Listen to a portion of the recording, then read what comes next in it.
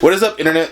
It's your boy Tinku, and today we're going to be talking about an anime this season, getting back to form. I know last week a little ranty. Thank you for bearing with me on that. I just had to get off my chest.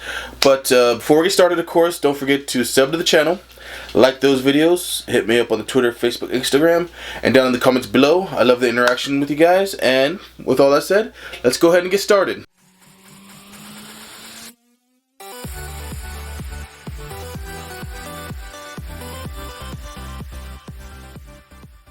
Alright, today we're going to be talking about Infinite Dendrogram, which is Infinite Dendrogram. It is an anime this season, and I'm liking it. It is your typical, MMO type anime. They're not trapped in that world or anything like that, but it's about people playing a game.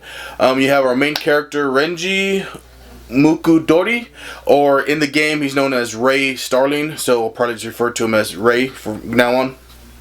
He is our protagonist. His brother, older brother I should say, who he idolizes quite a bit, gets him into this game to play it. And what's unique about this game is a couple things. One is when somebody dies, or when an NPC dies in this game, they die. They stay dead. There's no coming back. There's no respawn timer. They are gone. So, of course, the NPCs and the life and death of these NPCs affect the game world quite a bit. And if you die in the game as a, character or a player, you have a 24-hour penalty before you can log back in, and so you don't want to die. It's not like you just die, oh, I'm respawn, I'm fine. You have to wait 24 hours, which can have a huge impact on the game depending on quest you're doing, or a quest could time out. And remember, in this game, if an NPC dies, they die. So if you're on a quest to like rescue an NPC or something like that, you get killed, you got that 24-hour penalty, the NPC could die or not get rescued, or whatever happens. And so it feels like a more living world that way. He signs up and he gets his embryo. Everybody gets an embryo. It starts out as a little egg, and it depends on the person's character, soul, feelings, all that stuff, what their embryo turns into. Well, Ray's embryo turns into Nemesis. And Nemesis is the name of his maiden type embryo. And what that means is her look, she looks like a maiden, so she's like, in her little maiden costume, waifu material stuff, which is normal if you watch anime, of course. And she turns into a giant sword. And Ray uses her as a giant sword, and as she levels up, she can get like different forms, more abilities, things like that, and they all affect Ray's stats, how he handles things, what he can do. And it's pretty interesting because Ray is the type of person who, just because they're NPCs doesn't mean they don't matter. So he doesn't like it when NPCs like die. So it puts as he always says, it puts a bad taste in his mouth. So he tries his hardest to go on these rescue missions, not die, and actually complete these rescue missions when they have them. I guess in this world children are getting like kidnapped all the time left and right, because there's a few quests he does to go save a child and things like that.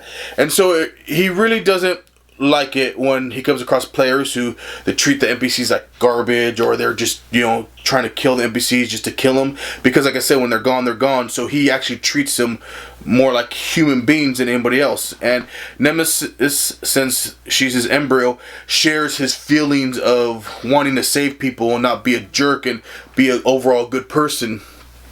Even though it's a game. The problem is with this game is there's different territories and different kingdoms, and every once in a while a war will break out between the territories and the kingdoms. And of course, since they're kingdoms, they have armies. All these armies are NPCs. They have commanders who are NPCs, things like that. And like I said, when they die, they die. And so he doesn't like the fact that a huge war is about to break out.